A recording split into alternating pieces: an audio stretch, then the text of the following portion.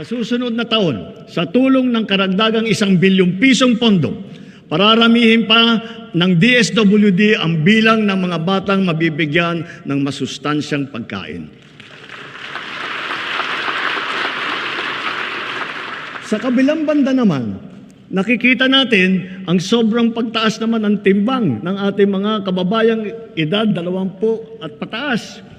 Kaya sikapin nating maging mas aktibo ang ating pamumuhay araw-araw. Ipalaganap natin ang mga pagsasagawa ng mga palaro, ng mga paliga, fun run, fun walk, pati mga aerobics, pasumba. Para sa mga LGU, buksan at gawing maaliwalas ang mga park at mga plaza natin kung saan makakapag-ensayo ang ating mga mamamayan, bata man o matanda.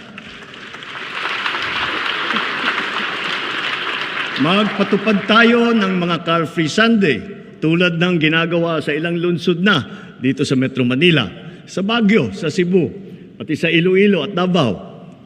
Bilang pagsuporta rito, simula ngayon, bubuksan ng Philippine Sports Commission sa publiko ang kanilang mga track and field oval sa Pasig, Maynila at Baguio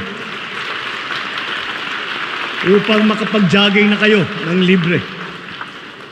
Magbubuhos tayo ng todo suporta sa mga palaro at mga atleta sa buong bansa.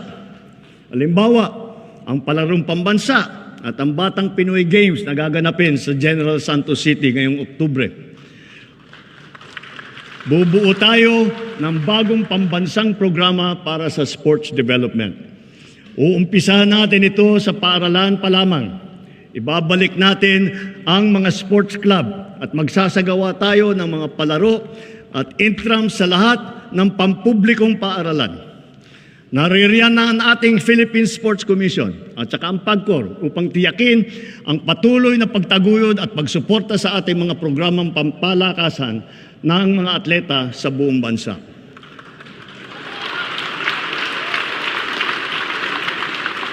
Dahil sa mga ito, ang ating kabataan ay maagang namumulat sa sport, humuhusay at tumataas ang kumpiyansa.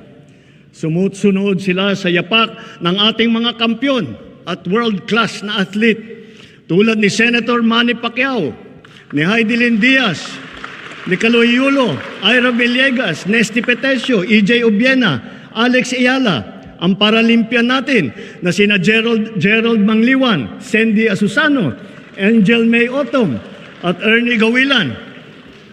Sama na rin natin yung bago nating kampyon, si PNP Chief Nick Torres.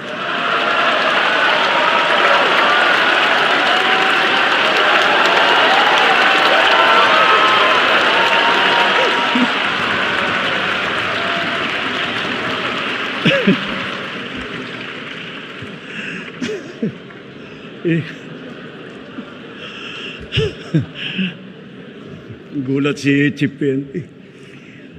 At siyempre, pati pa ang ating kampyon sa Asian Winter Games, Philippine Men's Curling Team.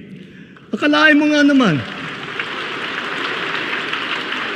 walang winter dito sa Pilipinas. Napatunayan pa rin natin na kaya natin maging kampyon sa Winter Games. Kilalanin natin ang mga atleta na umani ng karangalan para sa Pilipinas. Hindi lamang sila nakapaghatid ng kasiyahan sa buong sambayanan, pinalakas pa nila ang ating pagmamahal sa bayan at lalo pang pinatingkad ang dangal ng bawat Pilipino.